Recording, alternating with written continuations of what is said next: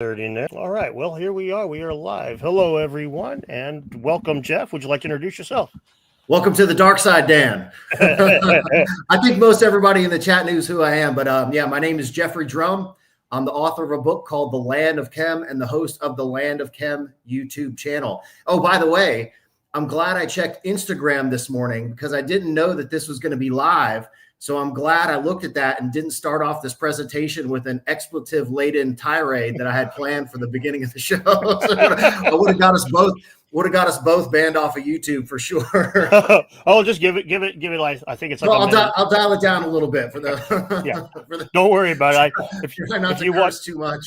If you watch me on Joe, I did drop the F-bomb more than my fair share of times. That's how that works. Yeah, I try to be really careful about that because I know how scrutinizing YouTube is in terms of expletives, specifically during the first 10 minutes. So once we get past that 10-minute mark, we're good to go. Exactly. What's up, chat?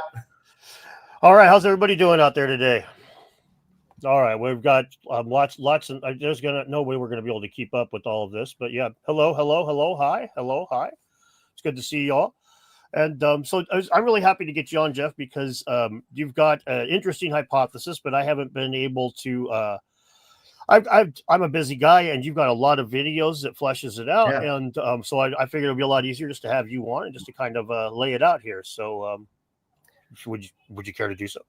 I remember that, and I appreciate that. I remember seeing that your only criticism of my work was that I had too much research to look into, and I don't take that as a critique or a criticism. I take that as a sincere compliment. Yeah, because there's a ton of evidence to corroborate the various hypotheses that I've presented regarding the function of the Egyptian pyramids, specifically related to the production of a series of chemicals on an industrial scale.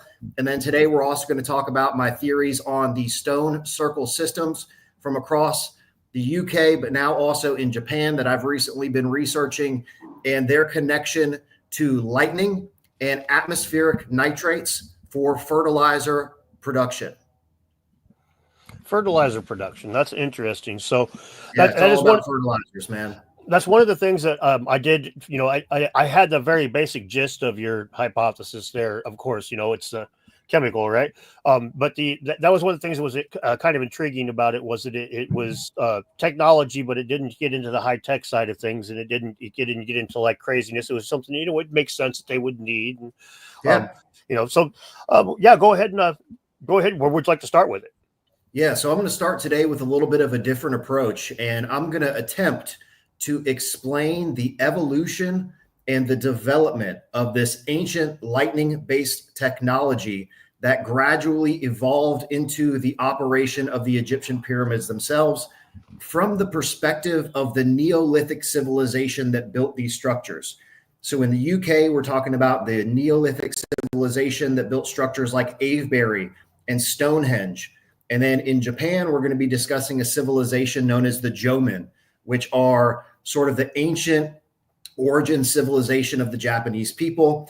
And this is a civilization that existed from around 14,000 BCE to around 3,000 BCE. So it's an incredibly long period of time that this civilization was around before the beginning of the Yayoi period and the conventional dating on the beginning of sort of modern agricultural development and domestication of animals in Japan. So there's a connection between these two civilizations, not only in Japan, but also in the UK, because they were building stone circle systems that are literally identical. You could take any of the stone circles that I've been researching and presenting from Japan and either pluck them out of the UK and put them into a field in Japan or vice versa, and they're exactly the same. So there has to be a connection between these two civilizations, most likely in a common point of genetic origin. But that's sort of a topic for another discussion. But I've got a big presentation lined out here, and if you want, I can just fire it up. I wanted to ask, do you have any questions for me specifically in regard of things that you'd like for me to cover during the conversation? Because I've done my best to put together sort of a comprehensive overview of all of my research. And, of course, just chime in if you want to ask me any questions as we go along. I'll just pop in and ask questions as we go forward. Cool. So I'm going to start sharing my screen here. Yep, and I'll go ahead and Hello, everyone in the chat. Sorry, obviously it's hard for me to communicate with you guys at the same time as I'm talking to Geoff, but I do see you there, and I appreciate you here. And thanks for the support, and for the new subscribers, hello and welcome. Absolutely. So can you see my screen now? Not yet, but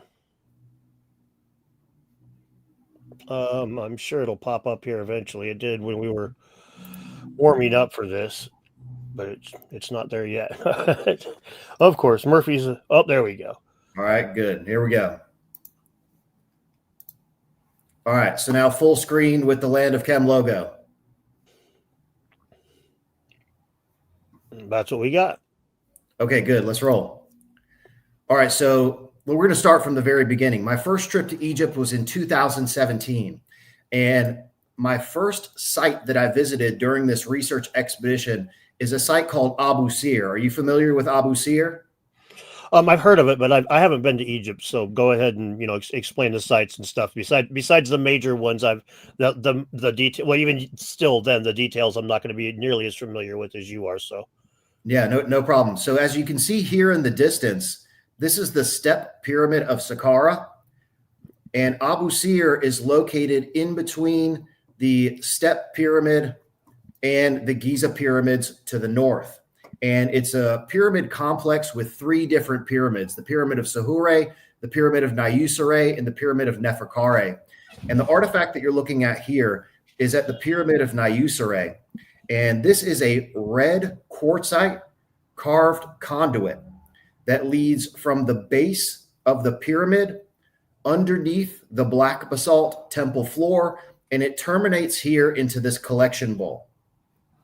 And the conventional explanation of this artifact is that it was for water drainage. And the first time that I saw this, that explanation, again, coming from conventional archaeology, absolutely did not resonate with me. And we had a very unique experience on my most recent November tour where we were at Sahure and the pyramids of Abu Sir during a private special permission entry during a rainstorm. And it was pouring all over the site. And if somehow maybe a tiny fraction, 1% of that rainwater would have ended up into this channel, it's an absolutely ludicrous proposition that this incredibly sophisticated red quartzite carved conduit, channel, and collection bowl were for rainwater drainage or collection. First of all, you don't collect rainwater. You would just drain it off to the side of the site, or you would drain it back into the Nile River. So that explanation never really sat right with me. And the first time I saw this artifact, I knew that it was for the production of chemicals, or for the collection of chemicals. And this was sort of the impetus and the inspiration for the development of my hypothesis that the Egyptian pyramids were designed to produce chemicals on an industrial scale. Our next stop was the Red Pyramid of Dashur, where the interior of these chambers are completely covered with chemical staining.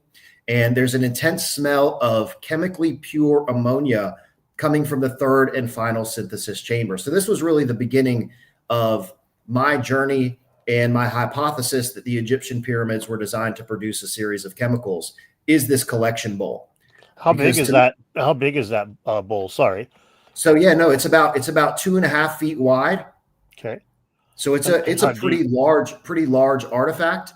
But again, for the idea that this is for collecting rainwater really doesn't make any sense. First of all, you're not going to collect rainwater. And how deep is it too? Sorry. Yeah, so it's about the width of the rim and the depth of the basin are about the same. Okay. So it's actually pretty deep. And this is a recent photo. The last time that I was here a year ago, this basin was completely filled with sand. So recently the basin's been cleaned out, and I finally got to see how deep this thing actually is. So it's pretty substantial. But first and foremost, if this was just for rainwater collection, you're not going to go through all the effort of carving this thing out of red quartzite. Yeah, I would agree with that. I mean, there is some reason for them to harvest rainwater. I mean, it is people have collected rainwater even when they're near rivers to just get something that's not tainted, not dirty. but that Sure. that would defeat the purpose of that. When you collect rainwater, you collect it without any runoff. That's the whole point. If when you're sitting next to a river, so I would have to agree with you that that this doesn't seem like something that would be used to collect rainwater. I could see a drainage system working like that with the pipe, but the barrel at the end, the bucket at the end is doesn't jive with the rainwater thing. So I could see where you're coming from there. And the interesting part about this is that the inlet to this conduit is literally at the base of the pyramid itself, which is a very unusual location for this strategic rainwater drain off system. Because why would you put it right next to the pyramid if it's trying to, drain rainwater that was collected from all over the site? And we literally saw this entire location getting absolutely pummeled with rain. And again, the proposition that somehow a few drops would have made it into this conduit system is a pretty preposterous idea. So this was really kind of the beginning of my work, my visit to Abu Sir in this red quartzite collection bowl. Second of all, you don't really need to carve this exquisite red quartzite artifact here. And to me, the more precise and the more articulated these artifacts are, it's an indication of the importance of what was being collected in them. So you wouldn't go through all of this effort to carve a red quartzite collection bowl of this quality if it was just for rainwater drainage. Sure. It would have been a much simpler system. Yeah, I can go with that. And I have a ton of videos going into, so everybody that's watching, I'm going to drop a ton of episode numbers during this conversation, because there's no way that I can go into an extreme amount of detail in a limited amount of time. Anyone that's watched my previous podcast know that it goes 4 or 5 hours and I don't even break a sweat. So I'm going to be dropping a lot of episode numbers and references. I highly recommend getting a piece of paper and a pencil to write these things down so that you can go back, check out my YouTube channel, and you can watch out all of the research regarding the function of these artifacts and these sites, specifically the implementation of black basalt, which is a material that we use today for thermal insulation and heat storage, which is exactly why they implemented the black basalt at the Pyramid of Niuserre and also in the Eastern Temple of the Great Pyramid. But I don't want to get too far off a track, but that's episode 121. And then Sunday site visit 48, our special permission access to the Pyramid of Sahura, also has a very sophisticated network of conduits that originally had copper piping.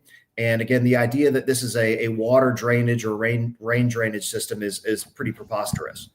So I came up with the idea that the Egyptian pyramids were designed to produce a series of chemicals, and my intuition led me to envision that the power source of these structures was lightning.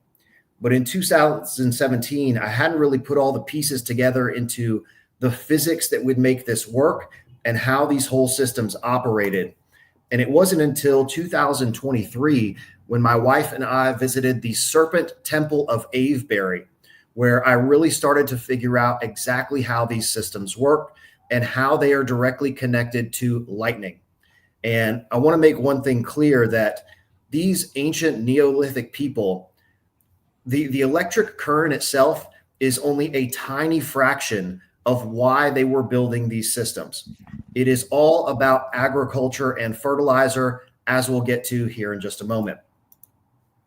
So I talked about my explanation and the mechanisms of operation that went into Avebury on Members Only Channel, episode 6, where I proposed that these stone circle systems work in conjunction with the telluric currents that flow through the crust of the earth, creating dielectric polarization of the bedrock, which leads to an accumulation of positive charges on the surface of the earth. And there's a lot of research that corroborates the idea that the location of telluric currents are directly connected to locations for lightning strikes. So this is premise number one that I'm going to propose during the conversation, and I'm going to substantiate this with academic research here in just a moment. So that's what this red ring is depicting, is the accumulation of positive charges around the ring of Avebury's central circle. This ring of positive charges on the surface of the earth serve as an attractor for negatively charged lightning strikes. And then electric current is distributed throughout the system, and the atmospheric nitrates, these atmospheric fertilizers that are created during the chemical reaction in the air that occurs during lightning strikes, are brought down during the rainfall. They are fed into the nearby rivers, which were also used for irrigation. And generally speaking, the rain that is rich with these fertilizers is brought down into agricultural areas. So these Neolithic people, this civilization across the world that was building these stone circle systems, were attempting to strategically manipulate the location of thunder and lightning storms to bring down fertilizers in the form of atmospheric nitrates to specific areas for the fertilization of not necessarily agriculture, because conventionally speaking, these are hunter-gatherer civilizations, but for the fertilization of the land from which they gathered their crops. All right. Yeah, that's not. Go ahead. Yeah, no. So again, if you want to jump in and ask some questions, feel no, free. right. I just I'm curious as to how you would get. Do they have any evidence for like lightning strikes in areas like that and stuff? Because I'm not too sure about. I'm not aware of them being able to attract lightning through negative charges like that. I've never heard that before. Oh, yeah. So I'm glad you asked, and I'll get to that here in just a moment. So again, these systems are designed to work in conjunction with telluric currents in the Earth's crust, and that causes an accumulation of positive charges on the ground that serve as basically a target for negatively charged cloud-to-ground lightning. So this is a picture of the Serpent Temple complex at Avebury. You can see the main lightning attractor system here in the center. But this is also connected to structures like Silbury Hill, the West Kennet Long Barrow, the Sanctuary, and Longstones Cove. So this is a huge, they call it a Serpent Temple complex that is a part of a massive landscape terrain engineering and terraforming system that also is directly related to the West Kennet Long Barrow, which is a chemical reactor that was designed for the production of ferrous sulfate. And I go into that in episode 119 regarding ultrasound crystallization in the West Kennet Long Barrow. These systems also work in conjunction with the White Horse Hills of Wiltshire, England, which were designed to actually generate the cumulonimbus thunderstorm clouds from which these lightning discharges occur. That's episode 137. So now let's get into some scientific evidence connecting stone circles and lightning. And I'm going to describe how this ancient Neolithic civilization came up with the idea to create stone circles to bring atmospheric nitrates and lightning. So this is a site called Oshito-ishi Hill in Japan. And my wife and I just spent a month exploring the entire country of Japan to research the stone circle systems across the country, which, like I said, are identical to all of the stone circles across the UK. And you can see this stone here in the center. It's a little melted at the top. And this stone is scarred with lightning cracks and pockmarks. And we had heard that there are profound magnetic fields that surround all of these stones on the top of Oshito-ishi Hill. And these stones are made from andesite, which is a very unique material in that it contains magnetite. So we brought a magnetometer with us to the site, and we tested the magnetic field surrounding these stones. So if you're using a magnetometer, the average magnetic field of the Earth can range anywhere from 20 to 60 microtesla. When we tested the magnetic field around these stones, we would get readings ranging from 200 to 600 microtesla, sometimes even higher. And I haven't presented the Sunday site visit footage from this expedition yet, but it's coming up soon on my YouTube channel, and you get to see us live testing the magnetic field around these stones. Here's another side view of that same stone, and you can see how the top is kind of melted, and all of the stones on the top of this hill are scarred with lightning cracks, pockmarks, and they all display profound magnetic fields that result directly from lightning strikes on the top of this hill. Here's a picture of my lovely wife, Alexa, sitting on one of these stones, just so you can get an idea of the scale of how big these andesite boulders are. Now, let's talk about some of the research. This article comes from Kumamoto University with two professors, Ichimura and Iraguchi, who studied Oshido Ishi Hill. And here they're explaining that this hill is made of volcanic tuff and welded tuff. And these andesite boulders are protruding from the top of the hill. And they corroborate in this article that here I will quote, "The stones are magnetized by thunder lightnings." So Oshido Ishi Hill stones contain abundant magnetite. And the bare stones sticking out of the hill act like lightning rods.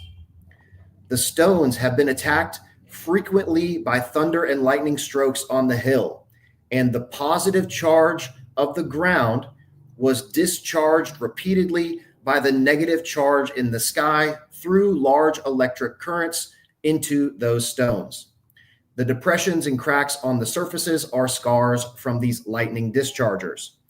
When the stone was attacked by a thunderstroke, and you got to keep in mind, this is a translation from a Japanese article, and in Japan, they use a word called kaminari, which means both thunder and lightning simultaneously. So when it says thunderstroke here, it's really referring to the word kaminari, which also means lightning. So when a stone was attacked by a large lightning stroke, a large magnetic field was generated around the stone due to the electric current according to Ampere's law. When the heated magnetite was cooled down below the Curie temperature, the directions of magnetization were fixed, and magnetic patches were left in the stone. So long story short, this article corroborates my hypothesis that, and this is a natural site, right? So we haven't even got to the development of the actual man-made stone circles yet, but this is a natural geologic feature of a tough hill that has these huge andesite boulders protruding from the top. And again, the magnetization around these stones is directly related to lightning discharges into the stones themselves, creating this fixed magnetization of the magnetite and the magnetic fields, which still persist to today. So now let's go into the mind of Neolithic man. And these people existed for thousands and thousands of years, and they would have watched, observed, and learned from the forces of nature. So they would have watched these natural formations recurrently being struck by lightning. And they would have realized that during these lightning events, there was also rain. And for some magical reason, the rain during these lightning events really had a profound effect on crop growth. And all of the bushes where they harvested berries or the tree nuts or whatever, all of these foliage and plants that they were using for food, they grew really well with this magical thunder and lightning rain. So over the generations, they would have watched and studied these naturally occurring events and gradually would have developed the idea that, hey, what if we take these same type of stones and we move them to another location where we like to harvest food? That is the genesis of stone circle building across the globe. And it is specifically for the selective direction of thunder and lightning storms for the production of atmospheric nitrates, which are brought down in the rain to fertilize agricultural areas. So now this is where things get interesting. This idea of these fire-breathing dragons, right? So this is imagery that relates directly to lightning. And they also have dragon and serpent imagery all across the world. Here you can see the pyramid of Chichen Itza, where the serpent deity Kukulkan descends to the ground during the fall equinox. This is again an image of Kukulkan, this plumed serpent, this dragon, which specifically refers to lightning. And this descent of the snake on the pyramid of Chichen Itza is directly connected to the beginning of their agricultural season.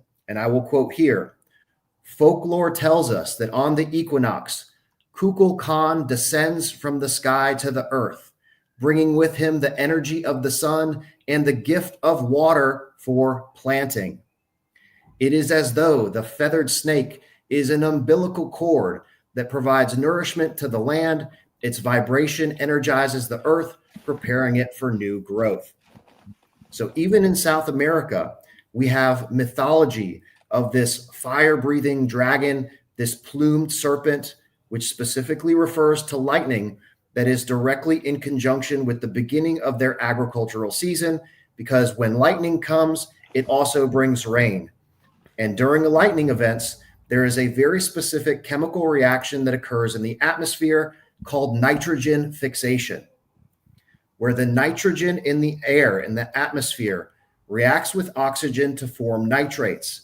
And those nitrates dissolve into rain. The rain brings the fertilizers down to these agricultural areas for the nourishment of crops.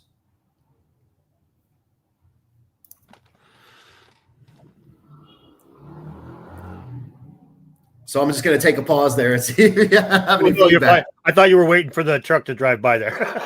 Oh, no. Oh, I heard him in the background there. No, that's it's interesting. I mean, to be fair, it's a bit of a stretch. It's that they would make that kind of observation and be able to put the two and two together and do it, but it's still not outside of the realm of possibility. So you know, the nitrogen fixation's right.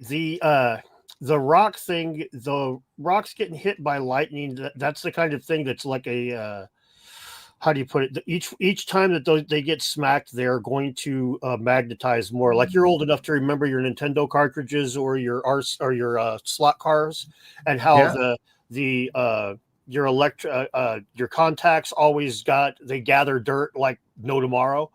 That's the same thing going on there. As electricity is used on it, it builds up a magnetic a type of magnetism of its own. So each time the lightning smacked a rock, it's going to get more likely for that to happen again in the future.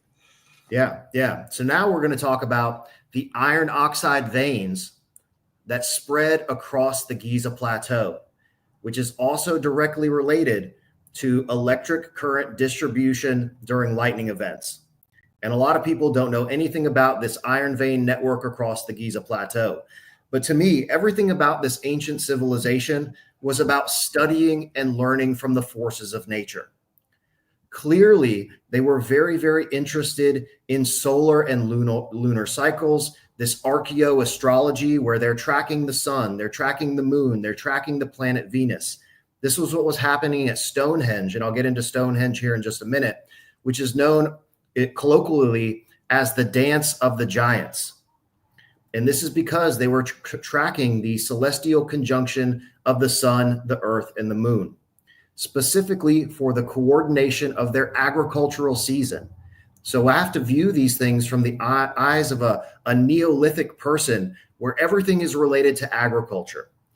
Again, even if these are hunter-gatherer people, it makes a lot of sense that if they could understand that there was a special connection between the rain that occurs during these thunder and lightning storm events and the nourishment of the crops, this provides the impetus and the justification for these type of stone circle systems. And that's exactly what we see in the symbols all across Japan and in the construction of these Jomon stone circles. They were taking these exact same type of landscape features.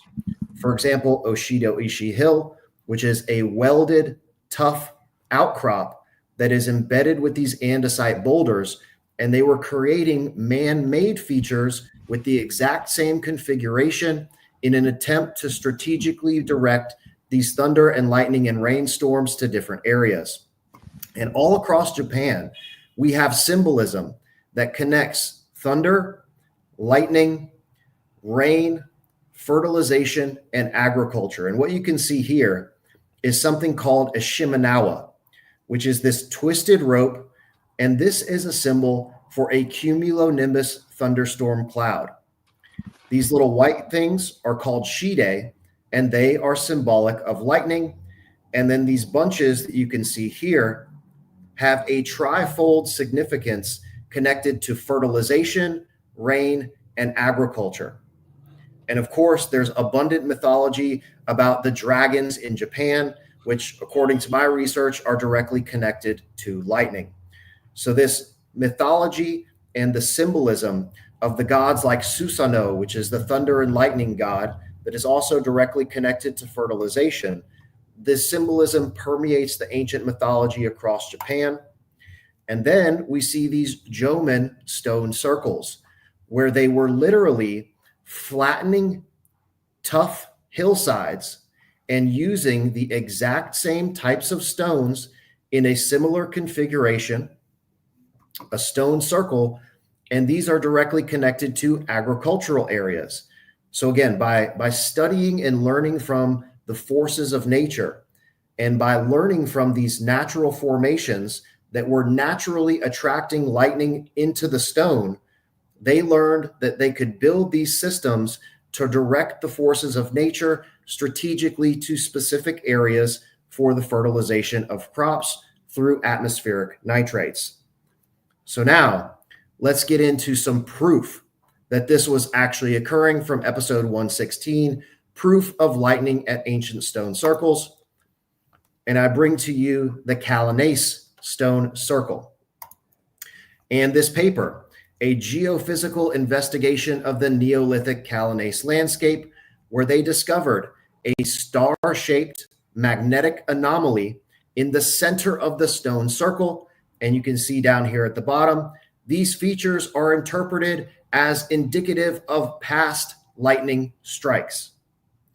So this article is from the University of St. Andrews. This is a peer-reviewed, published article that made huge waves in the ancient archaeology world not too long ago. Again, investigating these same sorts of magnetic phenomenon that are indicative of lightning strikes literally in the center of this stone circle system. So here's an image of this magnetic anomaly that they discovered in the center of the system. Another close-up here. And later on in the article, I'll quote here, lightning is well established not to uniformly strike on the landscape. This is mainly because primary and return strokes in both cloud-to-ground and ground-to-cloud lightning follow leaders. Lightning thus effectively searches for and locates position of charge buildup, which is what I just described regarding the accumulation of positive charges, for effective discharge and grounding on the land surface. Persistent features such as trees, stones, or conductive minerals, which we'll get to just a second on the Giza Plateau, will tend to be struck multiply over time. And then later here at the article, they state that this looks like it may have represented multiple or repeated strikes of high current density on the center of this stone circle. So here we have academic evidence that literally proves that this stone circle was being struck by lightning. Now, is that when it comes to the landscape, is that kind of is that a pretty flat chunk of ground? Would that be the high point there? I mean, because one strike and then it's going to like we've established. So I'm just curious if the first one would have been just like they put up a big rock and then it lightning rods into that snowball effect basically. Yeah, so that's really the point, is that once you get this going, it is something that will recur over and over and over again. And I'll get to the altar stone of Stonehenge here in just a minute, which there's good reason why they brought that thing all the way from Scotland, because it's different than all the rest of the stones at Stonehenge.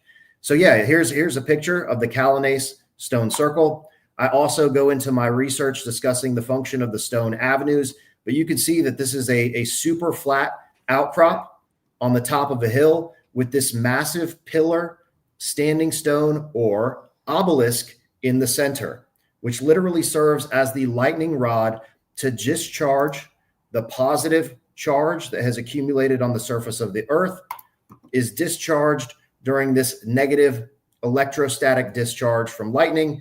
Some of the current is distributed through the stone avenue. A lot of it goes back into the ground. But again, the electric current is only a small fraction of the impetus and justification for these systems what they were trying to do was bring the rain, and to bring the rain that had these atmospheric nitrates. Because again, fertilizer is created during a chemical reaction in the atmosphere that occurs during lightning strikes. So in episode 115, I talk about the function of Stonehenge and how the pillar or the central altar stone of Stonehenge is different than all of the rest of the stones. The big stones and the trilithon stones are sarsen stones, which is high silica content sandstone. You also have the blue stones. A lot of them are also andesite, which is an unusual connection between the structures in the UK and the andesite we see used all across Japan. But the central altar stone is micaceous sandstone. It is unique in the rest of all of these stones because it has extremely high content of mica, which is an exceptional material for high voltage operations. It has an extremely high dielectric strength, and it is an extremely good thermal insulator. So it is literally a piece of stone that is geologically engineered, and natural forces, of course, to withstand these type of high voltage electric discharges from lightning. Okay. And I go into great detail in episodes like episode 106, explaining more about the dielectric polarization, the accumulation of these positive charges, these negative electrostatic discharges from lightning, etc. Episode 106. So now let's go into some more proof of electric high voltage electric current distribution on the Giza Plateau. So are you familiar with the iron vein network that covers the Giza Plateau? I've heard of it, but I haven't done a lot of research into it. Okay.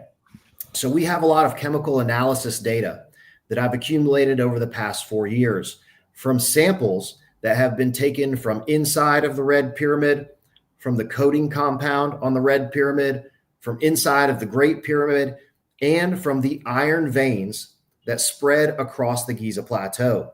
And it turns out that these iron veins contain tons of conductive minerals, which I just mentioned in that research article regarding distribution of electric current for lightning.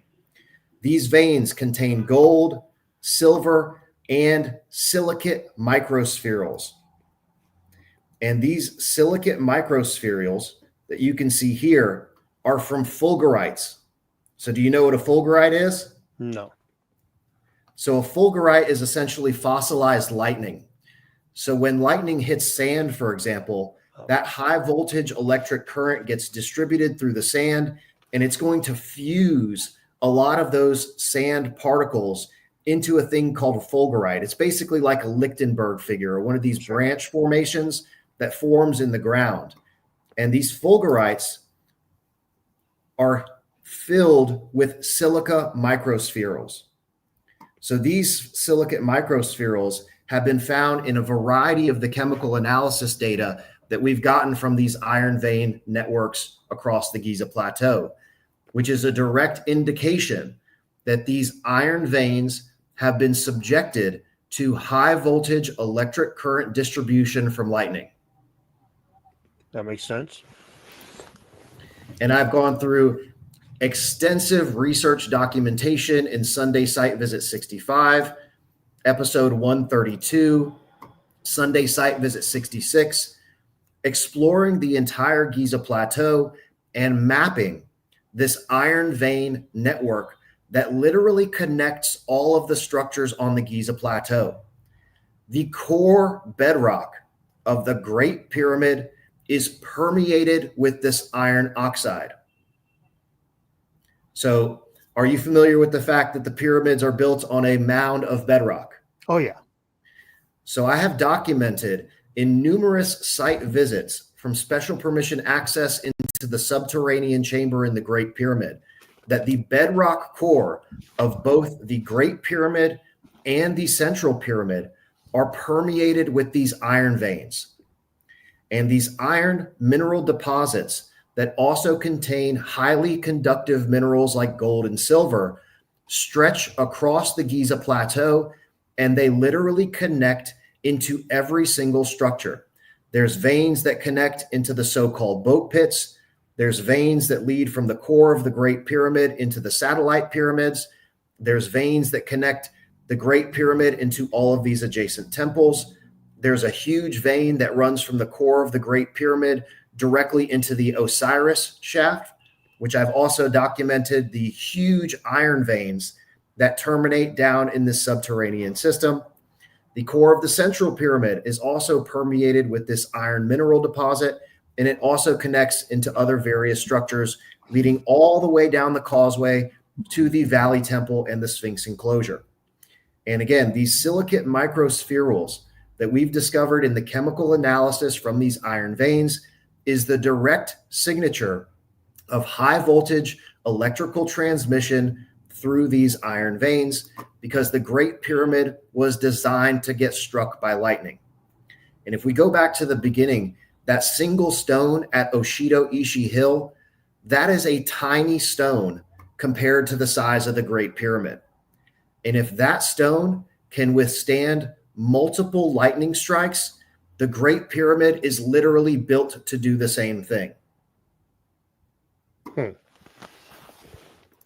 And lightning being the power source of the Egyptian pyramids, as I'll describe here in just a second. So now we're going to transition from the Neolithic stone circle building civilization in Japan and the UK, and we're going to move into the function of the Egyptian pyramids from this same sort of perspective of learning from the forces of nature and interpreting that into functional structures that could produce the same result. 1 second, before we take off from the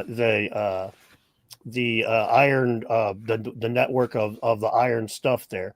Yeah. Do those intersect and whatnot? I mean, because like I'm wondering how much these intersect. I'm wondering how well researched is this this network? How is it mapped out pretty well and stuff? I mean, when you start talking about it conducting electricity and stuff, it's a little bit different than what we would see in nature. So I'm just curious as to how well known it is, how mapped out it is, all that sort of thing. So as far as I know, I'm the only person that has mapped these iron veins. But if you go back and watch any of the episode numbers that I just referred to, the people can see it for themselves. And I've documented on camera both the core of the Great Pyramid and the core of the Central Pyramid, showing these iron veins running through the bedrock core. And I have fully documented in a long series of Sunday site visits all of these iron veins running through the Giza Plateau, including my mapping and tracking of these things. That being said, what's the guy's name? Robert Schoch is the only other researcher I know that has even bothered to recognize the fact that there are iron veins on the Giza Plateau. He says that they're basically Lichtenberg figures from a huge solar flare discharge that literally distributed intense electrical current through the bedrock of the Giza Plateau. So we have a relatively similar interpretation of the end result, which is the electric current distribution through this iron network. However, I think it's from recurring lightning strikes on the Great Pyramid, not from a solar flare. And it appears, and has actually been substantiated by our chemical analysis, that they're not actually Lichtenberg figures. They are naturally occurring iron oxide and conductive mineral veins that permeate the bedrock of the Giza Plateau. So we both have recognized the fact that these do exist. He proposes that it's a Lichtenberg figure. So basically, when you have high voltage electric current in a dielectric material, it causes a phenomenon known as dielectric breakdown. And a material that would normally be an electrical insulator will spontaneously transform into a conductor if the dielectric capacity of that material has been exceeded, which allows the current to flow. For example, if you take a piece of wood and you put a high voltage electric current into that piece of wood, you'll see these branch-like formations start to form in the piece of wood, and they're called Lichtenberg figures or dendritic patterns. And this iron vein network is very, very similar to these Lichtenberg type figures. So that is another direct indication that they are connected to high voltage electric current distribution. I mean, I have to do the math, but off the top of my head, to get that much, I mean, that's limestone for the most part. So to get that much limestone to conduct that's a lot more than one or two lightning strikes, buddy. I mean, I off the top of my head, I'm just blown away how much electricity that would take. That's because that's the point. Yeah. And so let me go ahead. No. I was going to say, let me clarify a point. So again, the Great Pyramid is built to be that size for a reason. And I've also presented in a series called The Electric Field Capabilities of the Great Pyramid. The Great Pyramid itself is designed to store that electric field inside of the limestone itself. It's not necessarily to make it a conductor, but the iron veins in the Giza Plateau facilitate the distribution of any electrical current back into the bedrock. And I have a feeling that the casing stones of the Great Pyramid were somewhat like a Faraday cage for the distribution of some of this electric current down the surface of the Great Pyramid. Okay, I see. Yeah. I know when I looked into the electric pyramid, that's like the standard electric pyramid hypothesis. I was looking at the conductive capabilities of some of the granite beams in there, and I was like, you would have to pour like your standard lightning bolt wouldn't, like at the other end, wouldn't give you enough to at the other end of one of those granite beams wouldn't give you enough to light up your standard 40-watt light bulb. So I'm just like blown away by how much it would take in order to make those. I mean, I could see where Robert Schoch's going down this like crazy plasma discharge shit that to me like seems a little off, but yeah, like because the amount of electricity. I mean, to turn wood into a conductor, when they do that, they're pouring fucking juice into that. That's not just a little bit; they're dumping power into that, and that's wood, which is because it'll burn and stuff. All of a sudden, the chemical changes start making it conduct a whole lot better as it burns. But so no, I 100% agree with that. And again, I don't want to sit here and imply that. So stone is not a conductor of electricity, and that's certainly not what I'm intending to apply here. Stone is actually a dielectric material and an electrical insulator. It actually does the exact opposite, where it doesn't it doesn't conduct electricity unless the voltage has exceeded the dielectric capacity. Which again is one of the reasons why the Great Pyramid is built to be the size that it is, because it's intended to store those electric fields for the production of chemicals on the inside. That's why the Great Pyramid has red granite on the inside, because when you induce an electric field into the quartz in red granite, you have something called the inverse piezoelectric effect. So let me make a statement here. Okay. I highly disagree with the proposition that the Great Pyramid has anything to do with the production of electricity. I highly, highly disagree with that. And I also disagree with intuitively with any pyramid researcher that focuses only on the Great Pyramid as if it is somehow independent than all of the rest of them. That is a huge deficiency in the alternative functional pyramid hypotheses that exist, is that all of these researchers focus exclusively on the function of the Great Pyramid as if this one is this magical electrical producing machine and all the other ones are just irrelevant, or they're all just tombs. Yeah. So if your theory cannot evaluate the function of these structures using the same comprehensive umbrella, there is no way that it's accurate to the function of the structure. So my hypothesis uses the umbrella of electric field and chemical manufacturing to address the function of all of the Egyptian pyramids: the step pyramid, the red pyramid, the bent pyramid, the Great Pyramid, central pyramid, and final pyramids of the Giza Plateau. And it also assesses structures like Newgrange, these passage chamber systems that exist all over the world, which are also very, very primitive chemical reactors, which we'll get to here in just a moment.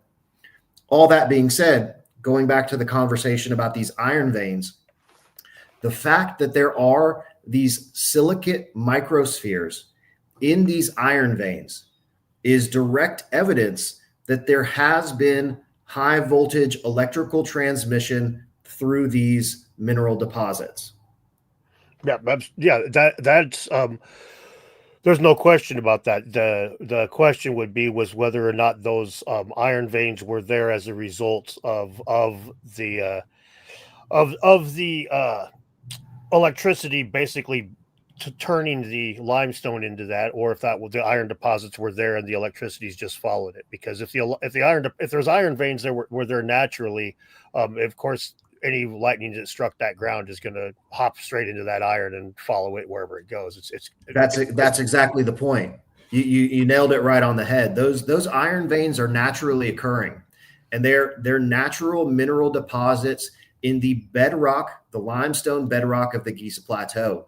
And that is a strategic reason for the selection of the Giza Plateau for the construction of the pyramid complex that is up there today. They knew about that iron vein network. And in the process, so you have to remember that the Giza Plateau was leveled. Before they ever did any construction on the pyramids themselves, they leveled that bedrock.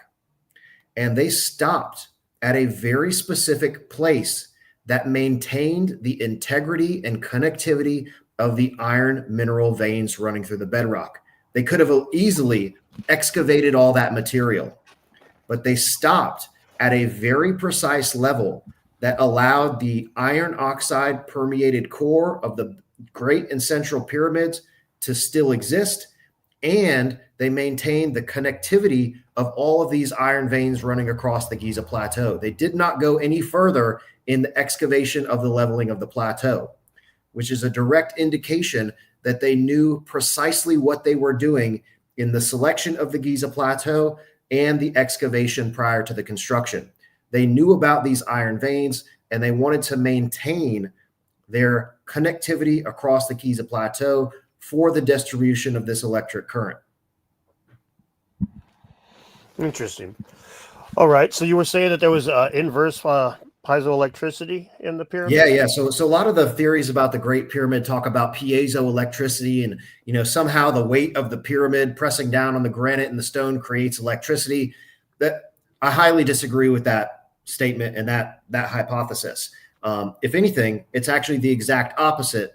It's something called the inverse piezoelectric property of quartz for the production of ultrasound. And ultrasound is an extremely effective catalyst for driving chemical reactions, which we'll get to here in just a moment. All right, so let's start at the very beginning of building Egyptian pyramids, the step pyramid of Saqqara, which I have proposed was for the extraction and pumping of a bedrock methane deposit. Well, okay. Now the inverse. Oh, sorry, are you going to revisit that inverse piezoelectricity? Oh yeah. We're going to go back to that. Go ahead. Go ahead. Sorry. Carry on. Dude, I know I'm presenting a ton of material in a very, very short amount of time. No, it's all right. That stuff speaks my language. I understand this stuff pretty well. So, I worked as an electrician for a long time. So, when we start talking about these things, that's where I like. Well, stop. Let's talk about that for a second, because good. That gets my brain going. Did you happen to watch that video from the Thunderbolts project? I watched some of it. I've been a little bit busy since I got back from Texas. I've been just a hair buried, but I did get some of it watched. Man. That's awesome. So that video is made by a guy named Andrew Hall, and I had no idea that they were going to make that video. And Andrew Hall is an electrical engineer, and he also had a career in the design of chemical manufacturing facilities. And he put together a 30-minute comprehensive overview of my work that addresses the telluric currents, lightning, and chemical manufacturing aspects of my hypotheses in one of the most complimentary videos that I've ever seen. And I was completely blown away and extremely honored that he took the time to do that, because I've been a huge proponent of the electric universe theory for quite some time. And I was bombarded with emails the morning that video dropped. And, this is a guy who, again, like you are, he was an electrical engineer and he worked in the design of chemical manufacturing plants. So he has the knowledge to critique these type of things.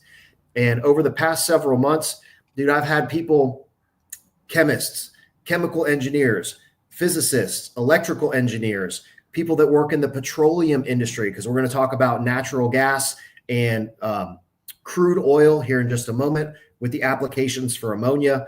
All of these people with academic and professional qualifications have reached out in support of my work. So there's a lot of evidence to support my hypotheses. And again, one of the main criticisms is like, it's just too much. And it's a lot for me to cover even in a 2-hour presentation. So I'm going to do my best to keep it comprehensive, but it seems like you're at least interested in the hypothesis, which is good. Oh yeah. Yeah. Okay. So step pyramid, extracting bedrock methane deposits. So across the Middle East, there were these ancient fire worshiping civilizations, the Persians, the Zoroastrians, even the oracle at Delphi in Greece is connected to these quote unquote eternal flames, these sacred flames. And all of these ancient religions are also connected to methane seeps. Are you familiar with what a methane seep is? That's just where it pops out of the ground, right? Like what those. Yeah. Yeah. Correct. They had one at Delhi that they hypothesized that might have been what got like the oracle used to smell the fumes and get all cooked on them, and that's where they'd hallucinate and shit. Well, yeah, no, I would actually propose that they were taking hallucinogens and then going and watching the fire. And the fire itself was the oracle. And they watched these flames while they were tripping their faces off. And they somehow, interpreted divinations from the flame talking to them. But yeah, so all of these ancient fire worshiping eternal flame religions are directly connected to methane seeps. And it just so happens that a lot of these methane seeps are naturally ignited by lightning. So there's a sort of a coincidental connection between lightning and methane seeps. So like I was saying, with these Neolithic people, this ancient civilization studying and learning from nature. So they would have noticed these methane seeps and this mysterious fire coming from this magic air, right? And it doesn't take a huge leap in the mind of the ancient shamanistic magic priesthood class of these ancient civilizations that let's somehow design a structure that can capture this magical fire air, and we can use it because fire is a very, very useful tool to an ancient civilization. Thus, the design of the step pyramid. Again, this is just evidence and scholarly articles talking about the connection between these eternal ancient flames and these natural gas seeps all over the world, specifically in the Middle East, because there's tons of natural gas and oil deposits across the Middle East. So this isn't even speculation or a part of my hypothesis. This is literal history that these ancient fire worshiping religions were directly connected to bedrock deposits of methane. So again, in my interpretation and from the mind of the Neolithic civilization, what if we can take this magic fire air and capture it? And then we can use this fire air for making fire in our homes, to heat and boil water, for example. Very, very rudimentary applications that would have been the justification for a massive structure that could extract these bedrock methane deposits. Enter episode 125, the function of the step pyramid. And the step pyramid has these huge network of tunnels running below the central rectangular chamber. And I've never heard anybody else talk about this before, but there's a very special type of bedrock in Saqqara that I'll show you here in just a minute. And I'm proposing that the step pyramid of Saqqara was actually designed to introduce water into a bedrock deposit directly below the structure. And the pumping mechanisms that are involved in the components of the step pyramid were designed to increase and reduce pressure, to pump out and allow the percolation of that methane gas to release the gas from the methane deposit. So again, here we have the configuration of a modern bedrock methane extraction pump. And here on the right, we have the configuration of the step pyramid. And this here is a picture of the bedrock cap of a methane deposit. And you can see this dark colored material.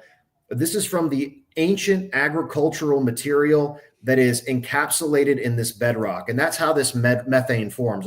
You're also, I want to say you had some background in geology, correct? No, well, I mean, I read a lot of stuff about archaeology and geology and whatnot, but I don't have a actual background in it. No. Yeah, so this is actually a picture from a scholarly article where they're investigating this bedrock methane deposit. And this is what the bedrock looks like around these methane deposits. So now take a look at the bedrock inside of the step pyramid. And I have a couple of pictures here showing the color of the bedrock inside the step pyramid.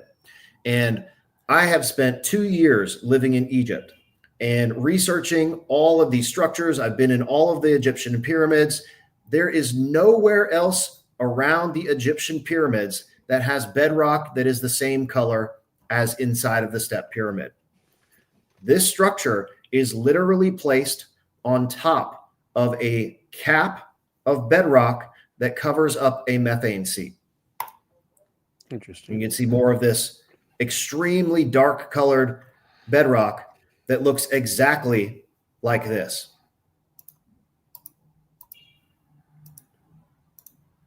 This is just more pictures from inside the tunnels below the step pyramid. Incidentally, this is where all the vases were discovered, inside the tunnels below the step pyramid.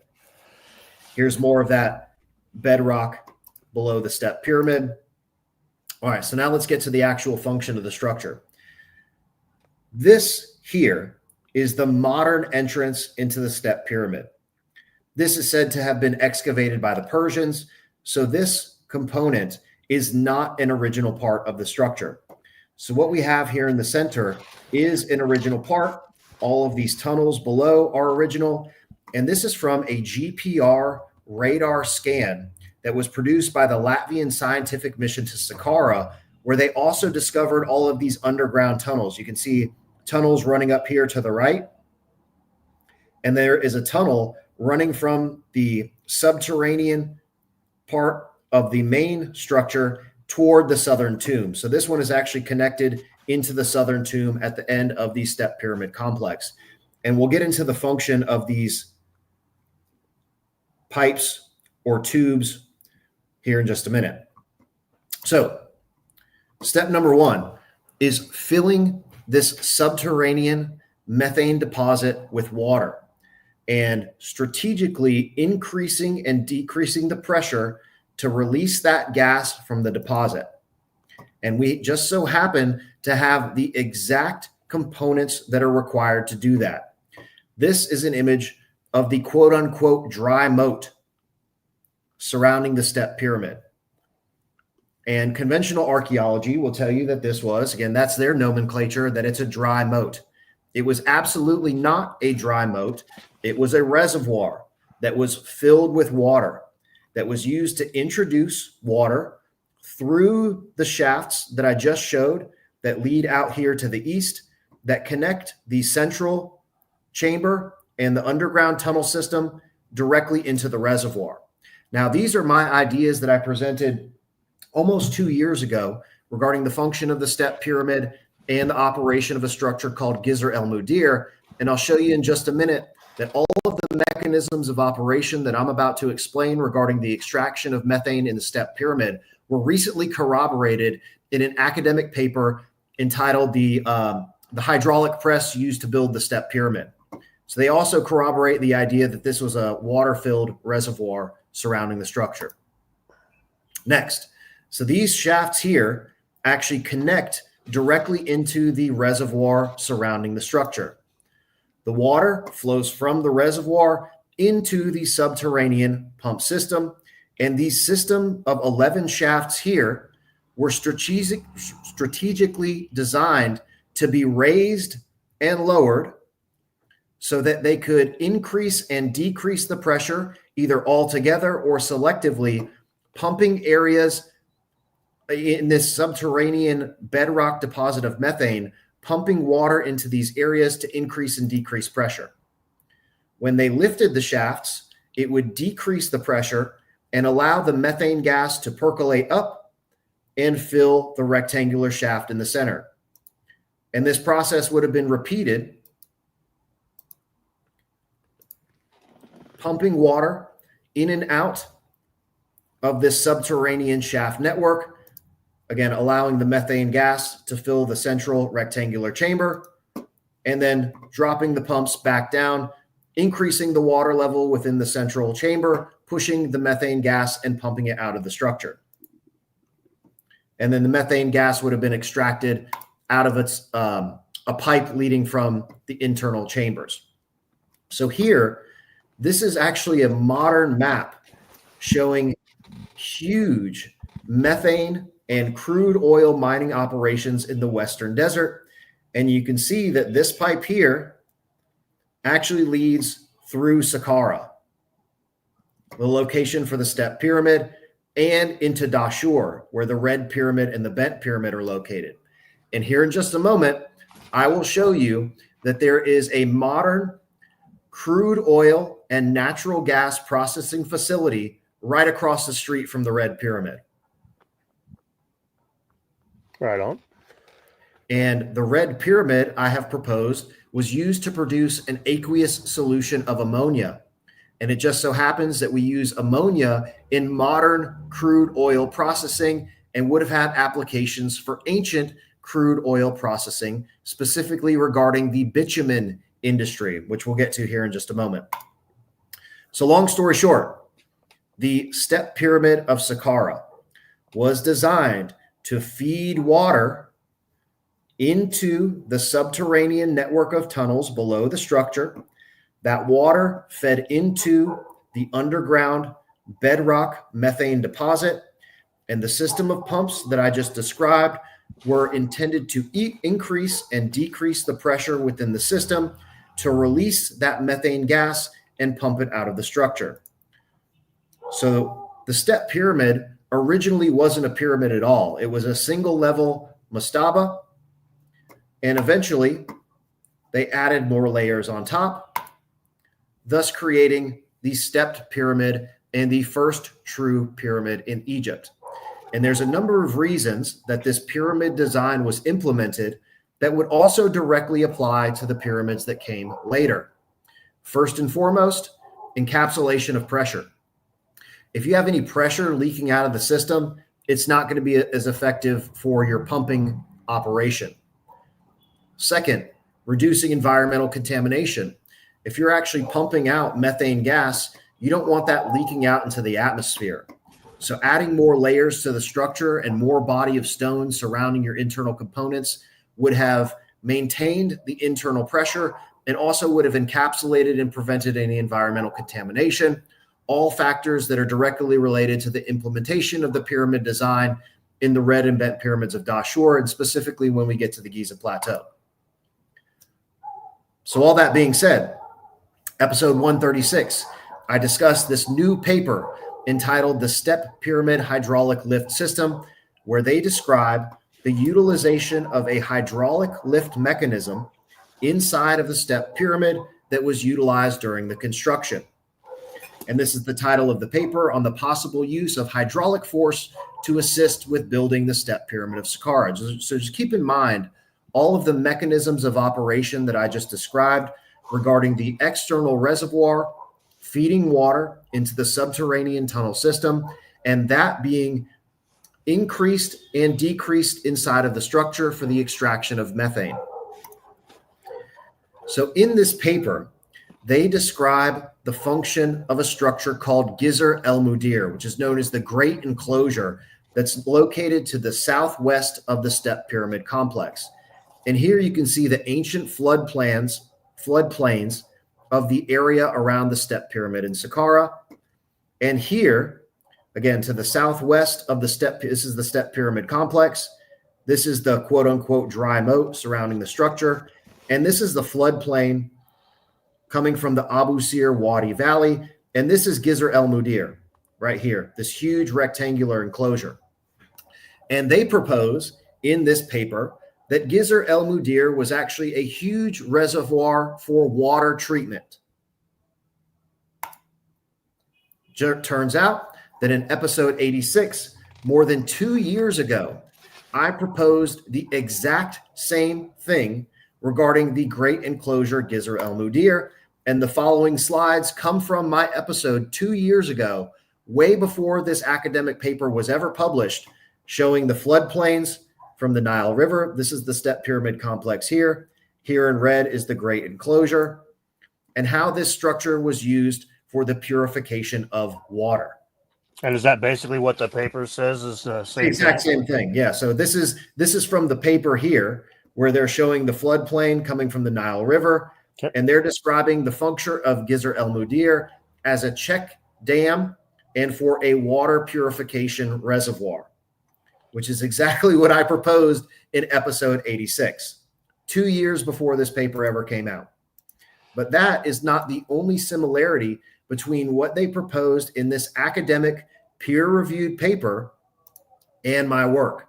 So they go on further to describe here the function of the dry moat and how this is connected to a water treatment facility in Gizr El Mudir. So here it says, together, Gizr El Mudir and the dry moat's inner south section worked as a unified hydraulic system that improves water quality and regulates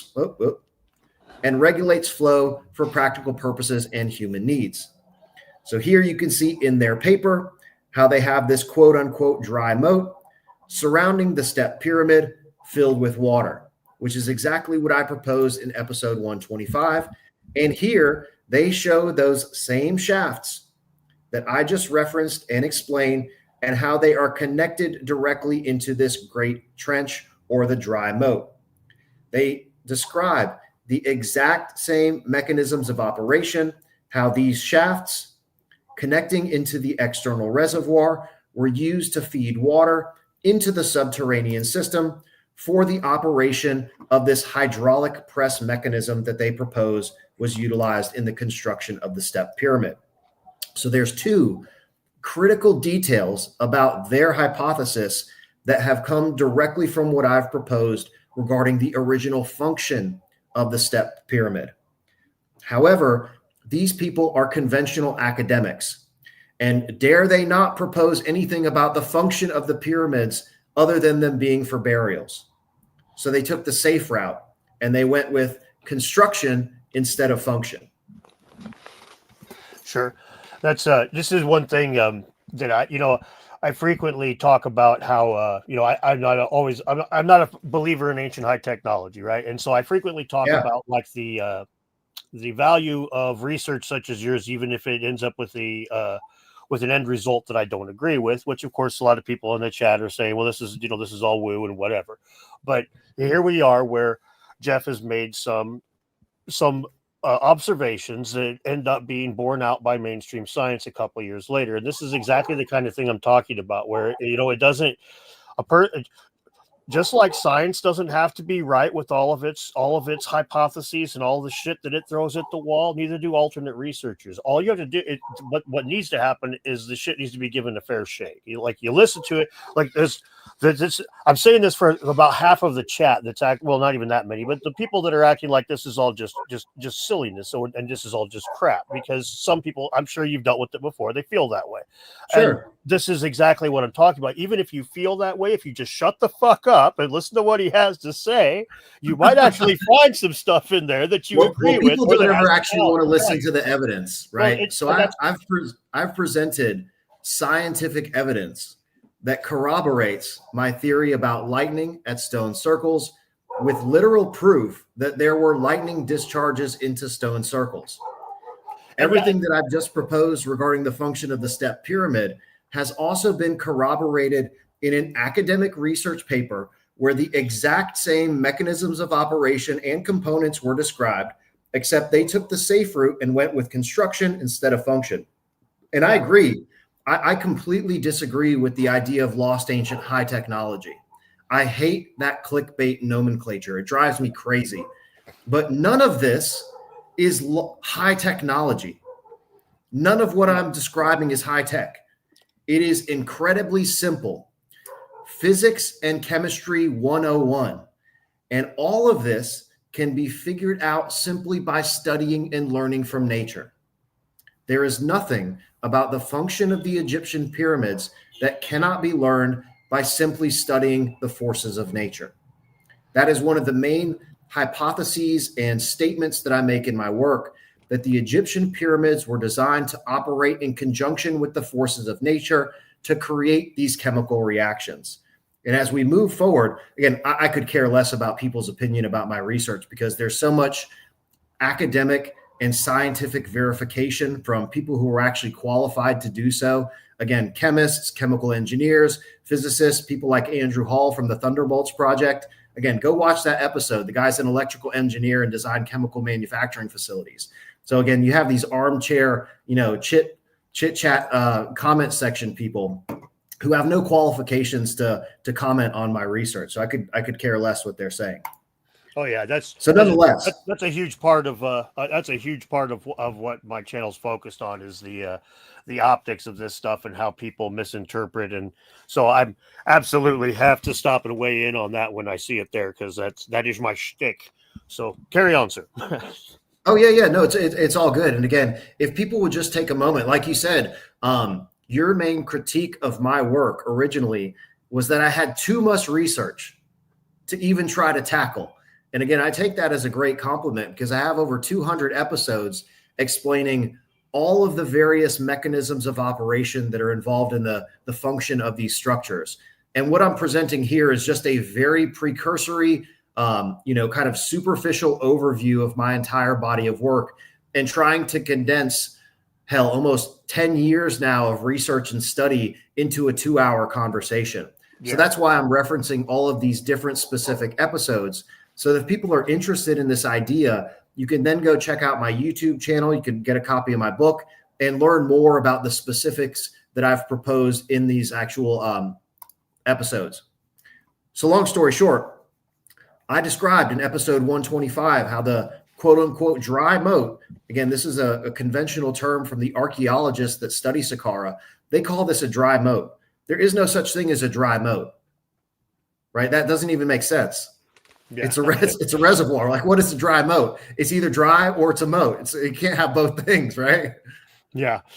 Real quick, so hit the super chat real fast. People are so brainwashed they can't think outside the box. That's why they're closed anything outside the established there. That is a fair point. Ikramundens one. Sorry, man.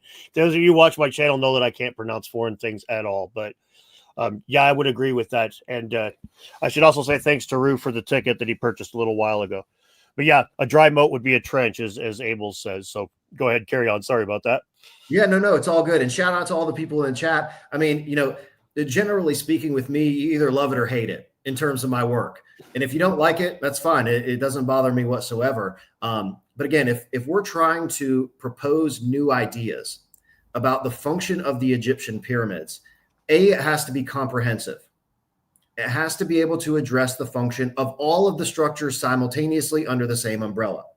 And B, it takes some balls to propose new ideas. And that's why a lot of people don't even bother trying to tackle the idea or the concept of the function of the Egyptian pyramids. Clearly, they're not tombs. Everybody knows that already. And the simple fact that the Egyptian Ministry of Antiquities is now doing this Search for Khufu project, they've essentially come out and they admitted that the Great Pyramid was never intended for Khufu's burial, because now they're looking for the burial in other places on the Giza Plateau. Have you heard about this project? A tiny bit. I mean, this to me is it's almost a no-brainer that by the time of the Fourth Dynasty, the idea of burying the king in a big fucking beacon that you could see from 20 miles away is absurd. I don't think that anybody would fall for that. They know that you got 15 minutes before that grave's getting looted, and people will say, well, they had all kinds of guards and shit on the outside of it. It's like every single one of these things got fucking looted, man. All throughout history, all these tombs get looted. Alexander the Great knew to hide his tomb. This is I don't buy that these immortal god kings were that stupid. Right. And not to mention the internal configuration of the structure, it is in no way whatsoever intended for people to even go in there. When you look at the design of the Great Pyramid, the only outlet to the outside takes you into the subterranean chamber. There's no way to even get up to the king's chamber unless you were going to somehow haul the body up through the well shaft, which is completely preposterous. The design of the red pyramid and the bent pyramid are the exact same. The idea that this is supposedly for people to go inside. People were never intended to go inside of these things. They're industrial chemical reactors. So let me get back on track here. So again, we were talking about the dry moat. Not a dry moat, it's a reservoir. I proposed this in episode 125 regarding the function of the step pyramid. It's later been corroborated. This exact same mechanism of operation that I have proposed regarding the extraction of a bedrock methane deposit, they then applied to the construction using this hydraulic lift system, using these shafts that were discovered by the Latvian scientific mission using GPR scan. Turns out I've also proposed the idea of hydraulic lifts previously in episode 107 regarding the network of vertical shafts all across the Giza Plateau. And they missed out on some very, very critical details, specifically the fact that the southern tomb, quote unquote tomb, the container inside of that thing was actually copper lined, which completely falsifies their hypothesis about the quote unquote sarcophagus and plug mechanism that you can see here. I won't go into detail on that. You can check out the episode where I don't debunk their theory, but I talk about the similarities between their theory and mine. One quick second, Geoff. We got a couple of super chats here. One of them says awesome. This theory explains the water pump evidence in the Great Pyramid nicely, and also explains the hydrogen staining in the Great Gallery, which I assume you're going to get to here in a second. Oh yeah. And the next one here is I've been a longtime supporter of Land of Chem. His member-only episodes are insane. So far, his theory explains the global mounds thunderstorm generation technology has put more work than any PhD. So yeah, buddy, who was that? No Coiner, KNOW Coiner. Shout out, Coiner. I appreciate the support on the members-only channel. That's awesome. We got another one here. Jeebus H. Christ. We need people asking questions and testing from all angles. Thanks for both of your contributions. And I appreciate it. Yeah, and it is right. Thank you. I mean, but when I express skepticism and stuff, a lot of people, I appreciate you coming on. A lot of people get a lot of people expect me to be a regular debunker and just go for the throat. A lot of people expect me to just sit there and nod my head the whole time. Basically, I try to look for the things that are. If we all look for common ground, we'll probably get along a little better. So I'm trying to find things that we can actually work with here. And there are places that I'll probably end up disagreeing when it's all said and done. But so far, what you put together is pretty interesting. So, yeah, dunk them, Dan. Okay, Solomon. Sorry, there are parts I disagree with, and that's okay. I'm not a proponent of the electric universe theory. As an electrician, I have a lot of problems with the electric universe theory. It would have made my life really difficult. But you got a new member here as well. Thank you, Little Rob, for joining the thing. Sorry, go ahead, Geoff. I'm not trying to stop you. Oh no, you're good. I'm curious. Kind of, I can't watch the chat while I'm doing this because I'll get sucked into what they're saying, and I'll be wanting to fire back and talk about that. And I'll never cover all the stuff that we've intended to cover here. But no, it's all good. So I've also proposed a secondary hypothesis about the function of the step pyramid that would be really applicable to actual dynastic Egyptian civilization, which is that they were using cow manure for the production of biogas, which is also methane.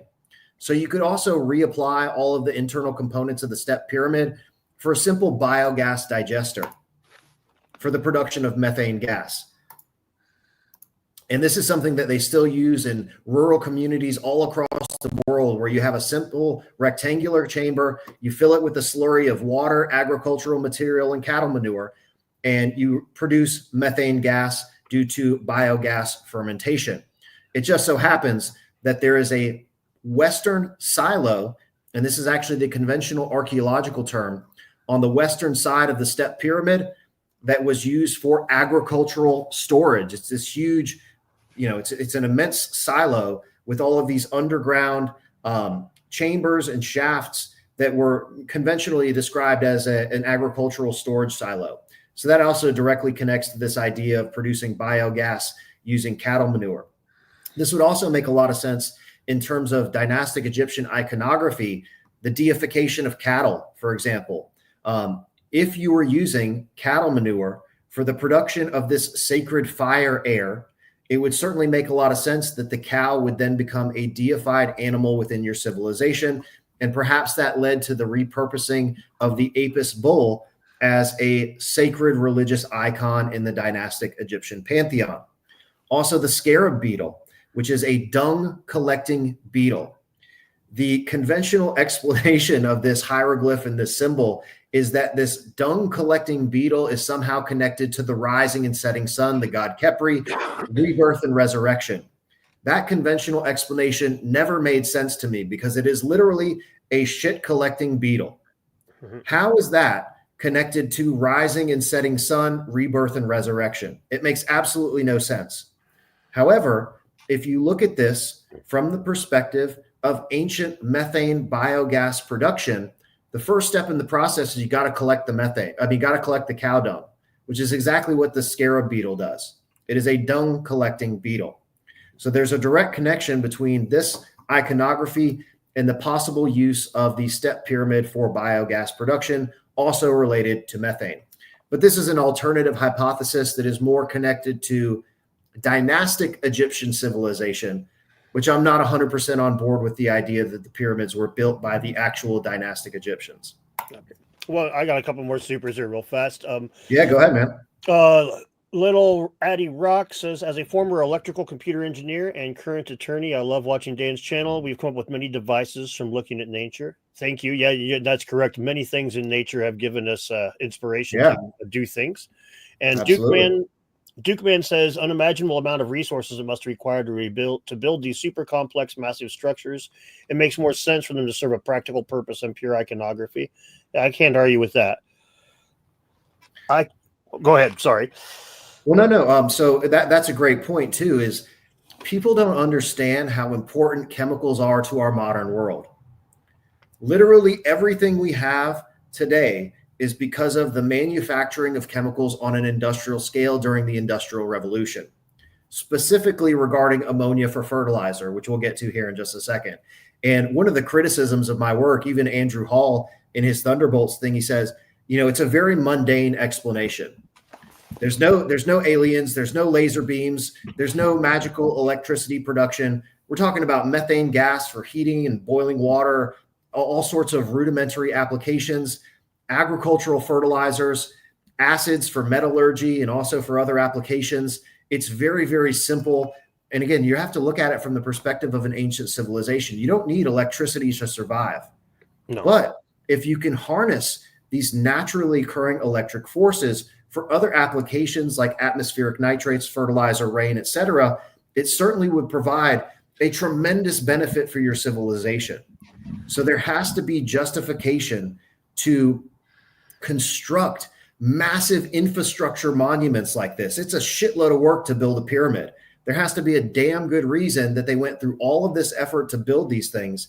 And chemicals is a very good reason for that. Because again, it is ubiquitous applications for the benefit of the entire civilization.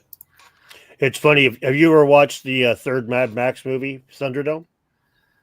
So I think I saw that maybe on one of the plane rides. I've done a ton of plane traveling recently, and I think we may have seen that. But I'm familiar with the Mad Max movies. Yeah, on that movie, they have Bartertown. It's Tina Turner runs, and the whole town it's got electricity. It's almost a real city, and the underworld of that is all pig farming, and you're not allowed to kill the pigs. They farm methane. Methane cometh from pig shit, is what and that's so. Yeah. It's funny that you bring that up because that is exactly what they're doing in that, and it is same basic idea. So. Yes, Dan runs Bartertown. I'm going to turn off all the electricity. The chat's got it right. Yeah, but yeah, that's the methane stuff and like methane and fertilizers and things. These are where I can get on board with the simple production of things like that. That's not outlandish, and it's not the kind of thing that the ancients wouldn't be able to observe. I appreciate that. That's good. And again, none of this is lost ancient high technology. Yeah. None of what I'm going to propose, even when we get into more sophisticated chemical reactions like the ammonia production in the Red Pyramid, none of it is high tech. It's all very, very simple physics, manipulating temperature and pressure, things of that nature. It's super easy stuff. So let's get on to that. So the red pyramid of Dashur. This is a picture of the modern Haber process where they use methane and water to produce liquid ammonia. And now I want to make a very, very clear distinction. The ancient chemical manufacturing process was not producing liquid ammonia. It was an aqueous solution of ammonia, which are two very, very different things. And people have a hard time understanding the difference between the two. Liquid ammonia is supercooled ammonia gas. An aqueous solution of ammonia is ammonia gas dissolved into water. So I am proposing that the red pyramid of Dashur was designed to produce an aqueous solution of ammonia. Again, the gas dissolved into water. So here is a picture of the inside of the red pyramid. And you can see here on the left, there is all sort of fluid dynamic staining covering the lower portion of this chamber. And there is chemical staining extruding from the walls of the chamber. And there are also very clear flow patterns, as you can see here on the left. It gets very dark and nebulous toward the top of the chamber. And this staining pattern moves from the southern wall of this first primary reactor through the connecting shaft into the second chamber.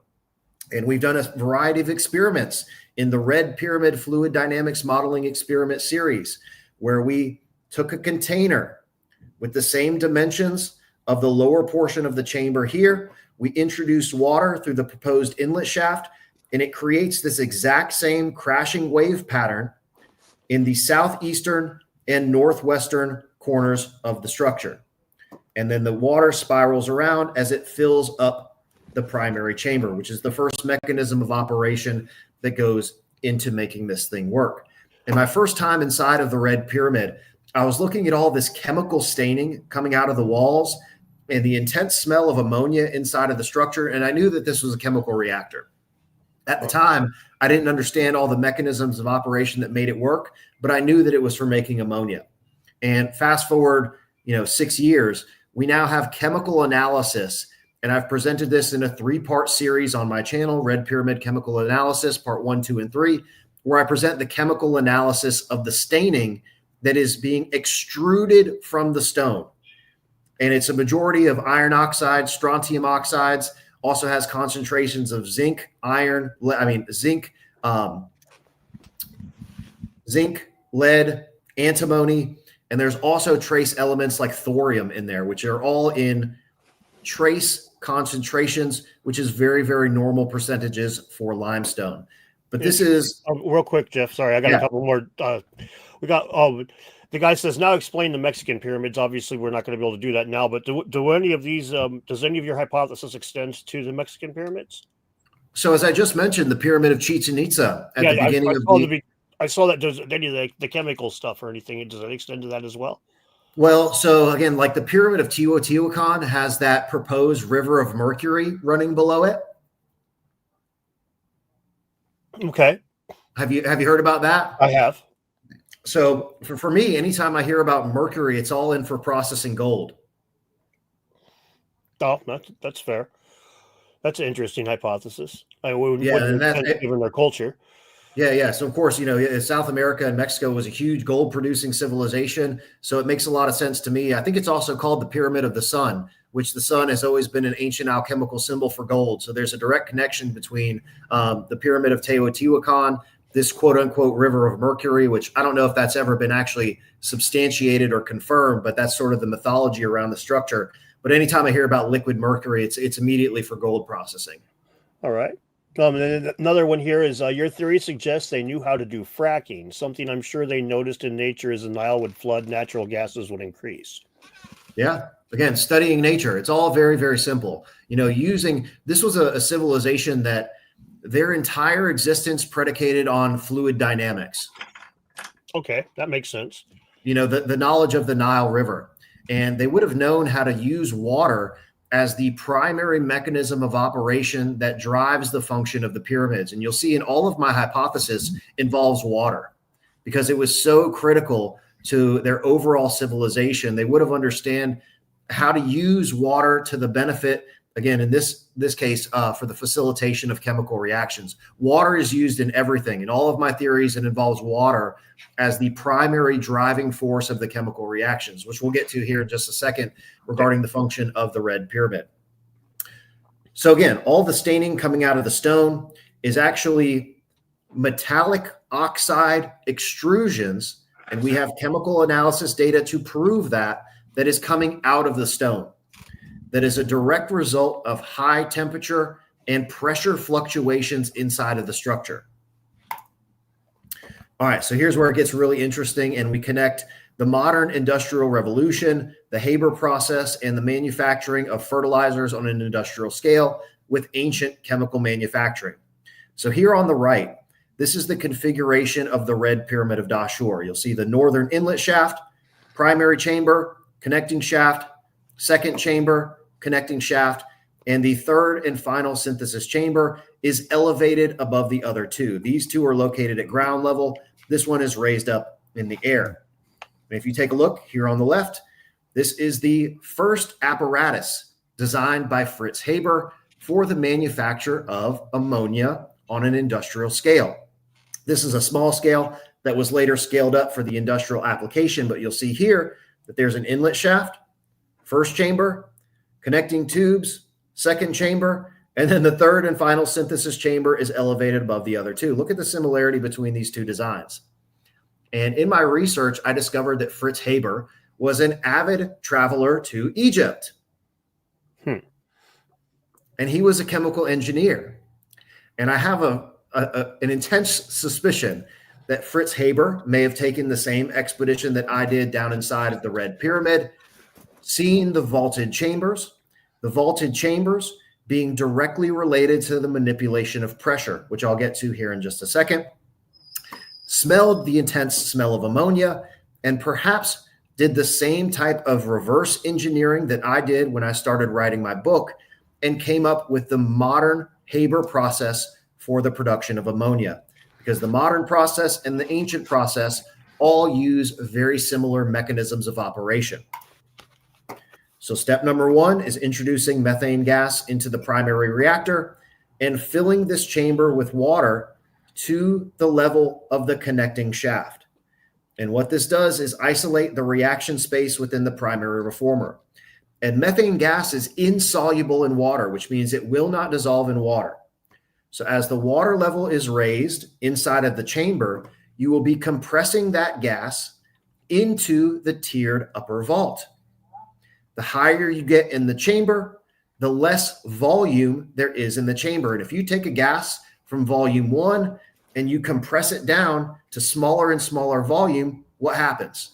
The pressure increases, which is a great way to drive chemical reactions. So the water and the methane will react under these high pressure and high temperatures coming from oriented external electric fields from lightning. I won't get into that because it's going to get completely off track, and we'll get more into the lightning and electric field chemistry when I come back to the Great Pyramid, but it's similar mechanisms of operation. So we have a high temperature and high pressure reaction occurring in the upper vault of the primary chamber that produces hydrogen and carbon monoxide. You lower the water, the high temperature and high pressure gases flow through into the second chamber. You raise the water level again. The reaction occurs between the oxygen, nitrogen, hydrogen, and carbon monoxide, which produces hydrogen, nitrogen, water, and carbon dioxide. The carbon dioxide is soluble in water. The carbon dioxide solution is dissolved. Carbon dioxide dissolves into water. Solution is drained. Water is raised again, pushing the nitrogen and hydrogen into the final synthesis chamber, where a similar mechanism, again, raising the water, which involves operation of the northern pump shaft to push all of this water into the upper portion of the chamber. A reaction occurs between nitrogen and hydrogen, producing your ammonia gas. Now, I am running through this explanation, and I'm leaving out a lot of critical details because I don't want to get too deep in the weeds, because I think we're already an hour and a half in. Yeah, we're about 20 minutes left. So Yeah, so Sorry. there's no way I can cover all of the mechanisms of operation in great detail in this time. So just please understand that it's a lot more detailed than what You're I'm all right. explaining. What you've done so far has already been great as far as like fleshing out how a lot of your ideas work, even if it's not doesn't touch every single point of the. I have an idea now of where you're coming from on this stuff. Where before it was just like he believes that these things made fertilizer was what I knew in the past. They were chemical power plants. That was all I knew. So this has definitely been enlightening. Okay, cool. So let Really me quick, before I rush to jump back into it, I've got a yeah. super chat here. I can't remember where I read it, but wasn't there an Arab guy in history who saw a glowing light on top of the Giza pyramids or something? Look, sir, pyramid light is the Masons telling us what it used to be. I've never heard of that, but perhaps you have. No. No, I've never heard of that either. I mean, there's a bunch of unusual stories about the Great Pyramid, and I'm getting to some research about this pyramid mountain in Japan called Kuramanta that's also associated with these mysterious lights. So now I understand why that is. It's something I don't quite want to reveal publicly yet because I have it coming up on my channel in a huge research episode. But there's a reason that these mysterious lights are spotted around these pyramid structures that are involved with thunderstorms, lightning events, and all that. So there's a reason that explains that. And I'll get to that in my channel soon regarding Mount Coromanta, which is also connected directly into a stone circle system. Nice. So there's a pyramid mountain in Japan that's directly connected to a stone circle system. It's interesting. Yeah. Then hopefully by presenting it in this manner, the evolution from stone circles, lightning and atmospheric fertilizers, and the development of the Egyptian pyramids, people can kind of see how once you go down this pathway and you evaluate all of these structures from under the same umbrella, the whole story starts to unravel. And if you use this same perspective and apply it to all of these structures, it's really, really easy to interpret how these things work. So curiously enough, the etymology of our modern word from ammonia directly comes from the word Ammon, the Egyptian deity for, drumline, fertilizer. Ammon is the deity of fertility. And that is literally where we get our modern word for ammonia, a fertilizer. And you can see here Ammon with these big crops growing out of his head. He was literally the deity of fertility, which I believe is an esoteric symbol that was later encoded into the hieroglyphs regarding the fertilizer production that used to occur in this ancient civilization. So that's a pretty interesting connection between some of the deities of ancient Egypt and this ancient chemistry. And I have a whole series where I discuss some of these ancient hieroglyphs and deities and how these could actually be representations of different chemicals. And we've just misunderstood the interpretation and the esoteric symbolism of these hieroglyphs. Interesting. So I'm going to skip over the bent pyramid here because I really want to get to the Great Pyramid, so we can talk about that a little bit. Long story short, aqueous ammonia is not the most functional in terms of applying it to crops. You want to turn it into a solid compound fertilizer so that you can store, transfer, and apply that fertilizer. That was the function of the bent pyramid.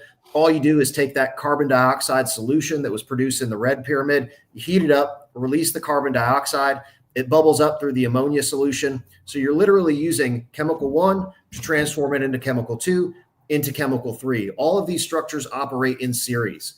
The methane from the step pyramid goes into the red pyramid, transforms it into ammonia. The ammonia from the red pyramid goes into the bent pyramid. You utilize the byproduct carbon dioxide, percolate it up through the ammonia solution to produce ammonium bicarbonate. We call it urea today. There's a little bit of a chemical difference between the two, but we still use urea today as a nitrogen-based fertilizer. So that's the function of the bent pyramid. I've also proposed on my members-only channel how the bent pyramid may have also been involved in the production of nitric acid. And this is the way that we do it today is adjacent to your ammonia manufacturing facility. You'll also have a urea and a nitric acid manufacturing facility that uses that ammonia solution. Again, the number one application for all of these chemicals, fertilizers. So in episode 85, Ancient Ammonia Applications, I also talk about the application of ammonia in the crude oil and petroleum industry, specifically used to neutralize acidic components in crude oil. Ammonia is also used to extract copper, nickel, and molybdenum from their ores. So you can use ammonia for copper leach mining, and you can also use it in the crude oil and petroleum industry. Interestingly enough, you know what was a huge industry in the ancient world? Bitumen and shipbuilding. Bitumen was used ubiquitously in the ancient world as a waterproofing material. And the shipbuilding industry would have been an absolutely massive industry where they were using crude oil deposits to make bitumen.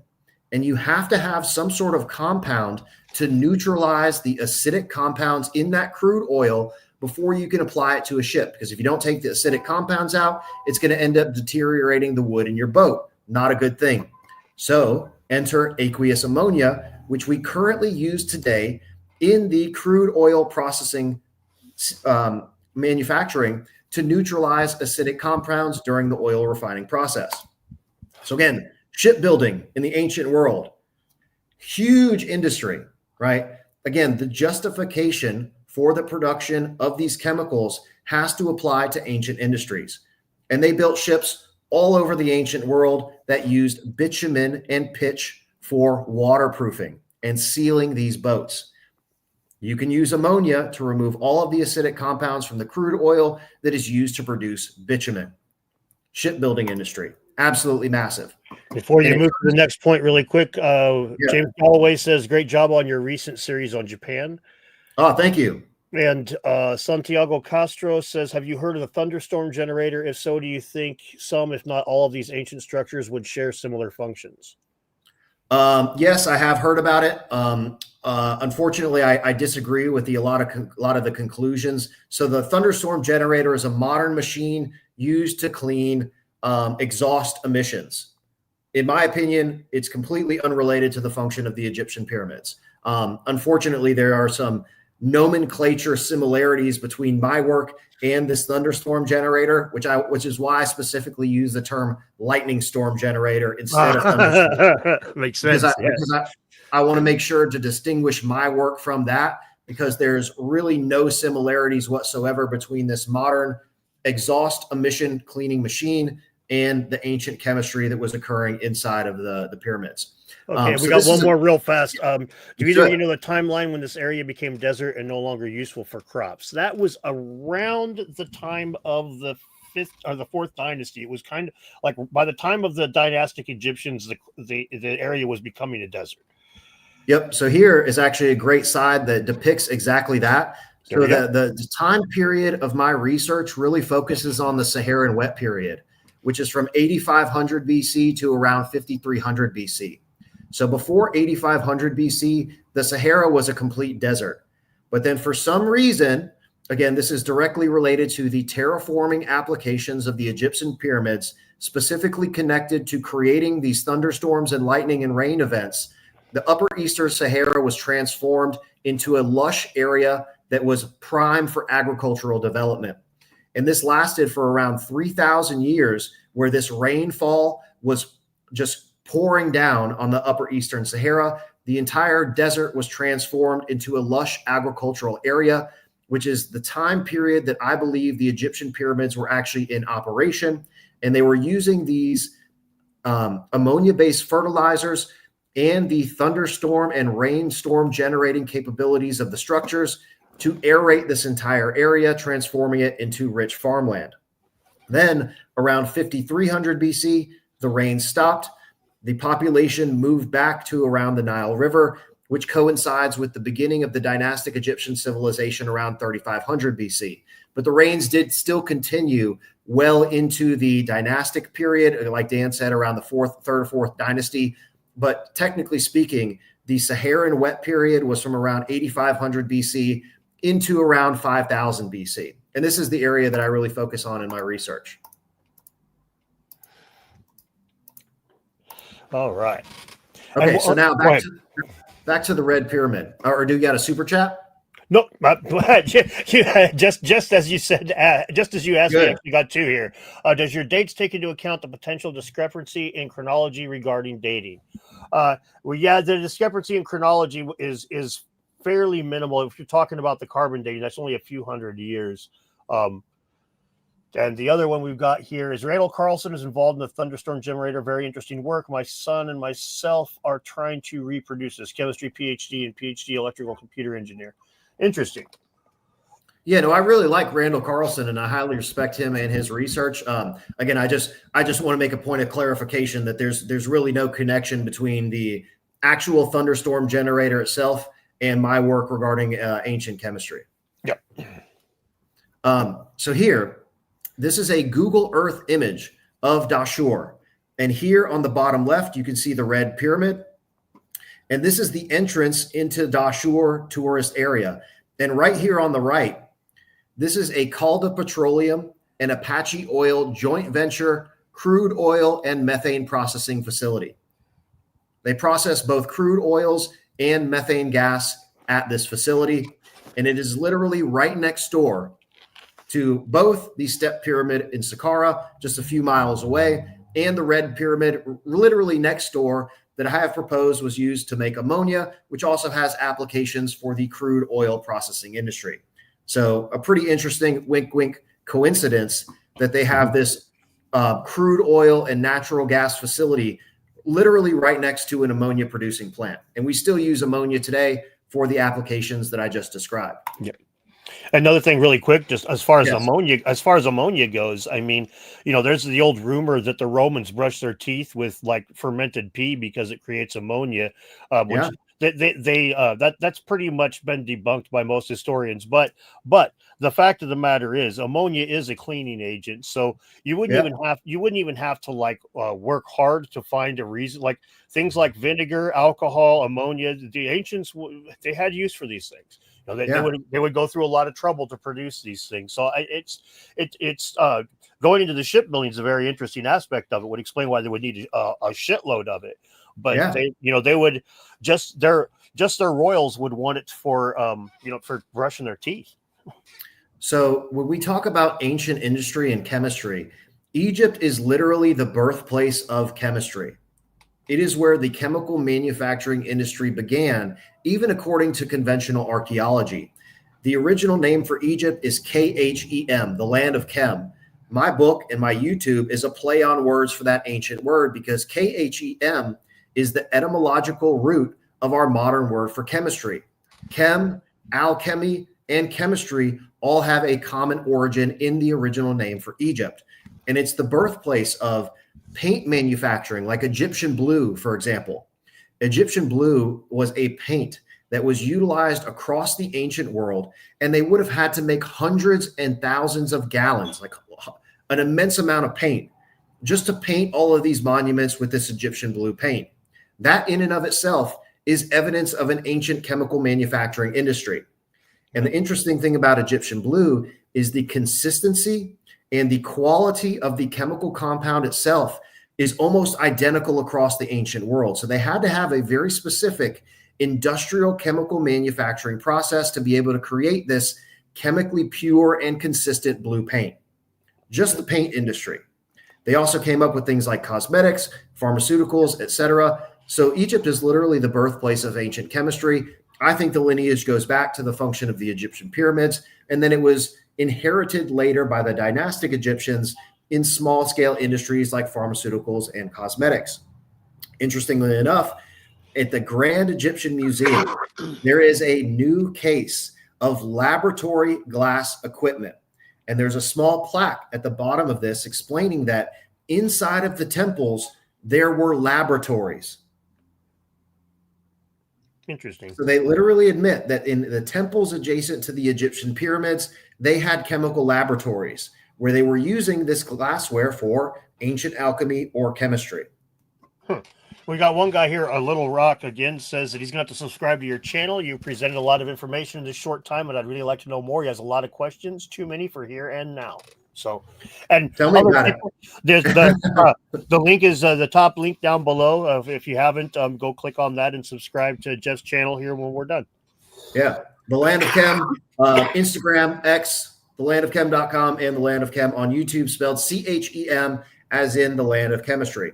So let's jump into the Great Pyramid real quick. Oh, and this may be the last thing that we get to talk about. I have a lot more slides, but if we cover this, that'll be good. Okay, so the Great Pyramid of Giza, 3 main chambers that are all connected by the Grand Gallery here. So the northern entrance goes down to the subterranean chamber. You have the well shaft that leads up into the Grand Gallery, and branching off of the Grand Gallery, we have the King's Chamber and the Queen's Chamber. Everybody knows about the configuration of the Great Pyramid. Sure. And again, all of the theories about function of the Egyptian pyramids focus only on the Great Pyramid, but it is just a part of the system, just like all the rest of these things. So I have proposed that these 3 chambers, the King's Chamber, the Grand Gallery, Queen's Chamber, are for the manufacturing of a dilute solution of sulfuric acid. And here in just a moment, I will present chemical proof that there was sulfuric acid inside of the Great Pyramid. So the King's Chamber operated as your sulfur furnace, where air was being drawn in through the air shafts into the furnace chamber. There was a reaction between the air and sulfur dioxides that was pulled through the antechamber, which was your acoustic catalyst chamber. Again, we talked about at the beginning of the presentation, the implementation of electric fields from lightning and the activation of the inverse piezoelectric property for the production of ultrasound. The antechamber is almost entirely made of red granite that is filled with quartz, and I'll get into that here in just a moment. The Grand Gallery itself is your absorption tower, and this was a bit of a complicated reaction where the sulfur dioxides dissolved into the water to produce an intermediary solution of sulfurous acid. The sulfur trioxides then dissolved into that sulfurous acid, which very quickly oxidizes into sulfuric acid. So it's a multi-stage chemical reaction. As with a lot of things in chemistry, it doesn't just happen A to B. There's a lot of intermediaries in the process. And I go into great detail about the specific chemical reactions in episode 120. But long story short, these 3 chambers are your sulfur furnace, your catalyst chamber, your absorption tower, and your extraction chamber is the Queen's Chamber. And I'll get into some evidence here in just a moment that there is actually a shaft that leads out of the Queen's Chamber that has been reported in all of the ancient archaeological reports and also substantiated by a recent 3D Doppler scan of the Great Pyramid. So why were they producing sulfuric acid? Mostly for metallurgy and for leach mining applications. It's also, again, used in petroleum refining and for the manufacture of fertilizer. So again, all very mundane applications, but very, very applicable to the needs of this ancient civilization. So everybody's familiar with the ram pump theory, right? This was John Cadman that proposed that the subterranean chamber here in the Great Pyramid is actually a ram pump. And he proposes that the southern shaft that you can see here leading out of the subterranean chamber is actually the outlet of a pump system below the Great Pyramid. Well, I had a special permission access I presented in Sunday Site Visit 51 where I crawled down in that southern shaft, and it is an absolute dead end. There is no outlet coming from the southern shaft in the subterranean chamber. However, I do agree that this subterranean chamber is a pump shaft. However, it wasn't pumping it out through the southern shaft. It was pumping the water up into the internal reaction chambers. And all of the pyramids were surrounded by an external enclosure. That is well documented in the archaeological record. And I propose that these enclosures were actually water-filled reservoirs. The initial stage is water from the reservoir flows down into the subterranean chamber. System of one-way valves here. Your pump is introduced into the subterranean pump that compresses the water into the internal reaction chambers. As the pump reaches the bottom, the water is compressed even higher into the Grand Gallery and into the Queen's Chamber. The weight from the water closes the one-way valve. Then your reaction occurs to produce your sulfur dioxide and sulfur trioxide that dissolve into the water in the Grand Gallery, and then it extracted through the Queen's Chamber. Again, this is a very, very abbreviated explanation, and I go into great detail. If anybody wants to subscribe to the channel, I have a series of playlists that have all of my videos compiled for the function of all of these structures. There's a playlist on the step pyramid, Red Pyramid, Bent Pyramid, Great Pyramid, Central Pyramid. Also a series for the Sunday site visits, where I've been living in Egypt for 2 years. I did a month in England and Ireland and a month in Japan. And all of those Sunday site visits are on-site experiences where we're exploring these ancient sites. So I go into much greater detail describing all of this. This is just a quick explanation of the subterranean pump chamber and how it works to pump water into the upper galleries. Once this pump is activated, the reservoir is no longer needed to flood water into the chamber. It then comes from the aquifer below the Great Pyramid that you can see here, where if you draw your pump out, it pulls more water into the subterranean chamber from below, and then you can continue your pumping operation. So that brings us to, you go ahead. I'm sorry. Oh yeah, go ahead and finish up with the Queen's Chamber here. I kind of got to call it here before too much longer. I'm sorry. I knew it, man, but at least I did. Go ahead, finish up with the Queen's Chamber. We'll give it a couple more minutes here. No, it's all good. I know. So this is from the recent 3D Doppler radar scan of the Great Pyramid, where they 3D Doppler radar scanned this thing, and they found the existence of all sorts of potential hidden chambers. Specifically, in the title of the paper is Synthetic Aperture Doppler Radar Tomography Detects Undiscovered High-Resolution Internal Structures of the Great Pyramid of Giza. And I've done a number of episodes about this. This image here and here on the right is showing the extraction shaft located below the Queen's Chamber that was used to remove the dilute sulfuric acid from the reaction chamber. And you can see that shaft here in blue. Here's another diagram where they replicated all of the 3D Doppler radar scans into a 2D diagram that also shows the void above the Grand Gallery. Episode 100, I go into sonochemistry and how you can use ultrasound to facilitate chemical reactions. This just shows red granite has quartz. If you induce an electric field in red granite, that will create the inverse piezoelectric effect for the production of ultrasound. That ultrasound can then be used to catalyze chemical reactions. I go into great detail on that and the specific chemical reactions in episode 120, Great Pyramid Ultrasound Catalyst. And this ultrasound catalyst is well documented in chemical engineering processes. The sulfur dioxide gets pulled through the grooves in the antechamber. Here you have the red granite blocks. The production of ultrasound from those, again, electric fields like we talked about at the beginning. The lightning strikes on the Great Pyramid cause electric field storage in this massive dielectric pyramid structure. The pyramid is literally designed to contain and isolate these electric fields inside of the King's Chamber and antechamber. And I also have some videos discussing recent research that talks about how the Great Pyramid is designed to concentrate electric fields. Great series of episodes.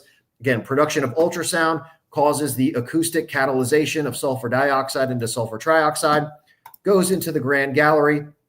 This is just describing the sulfurous action acid equation where sulfur dioxide dissolves into water to produce sulfurous acid. Sulfurous acid will immediately oxidize into sulfuric acid, and then the sulfur trioxides actually dissolve into the sulfuric acid. So it's a complicated chemical reaction. Long story short, you're producing a dilute solution of sulfuric acid inside of the Grand Gallery.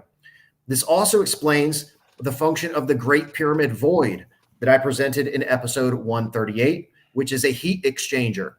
This newly discovered void above the Grand Gallery is a heat exchanger. The dissolution of sulfur oxides into water is a very exothermic chemical reaction, produces an immense amount of heat. And you want to have a mechanism and a component to remove that heat energy from the system. Long story short, you fill this huge void with water, and it removes that heat energy from the system in the form of hot water. Episode 138, explaining the function of the Great Pyramid void. Turns out that they found a mixture of salts inside of the Queen's Chamber and in the Grand Gallery, most specifically calcium sulfate.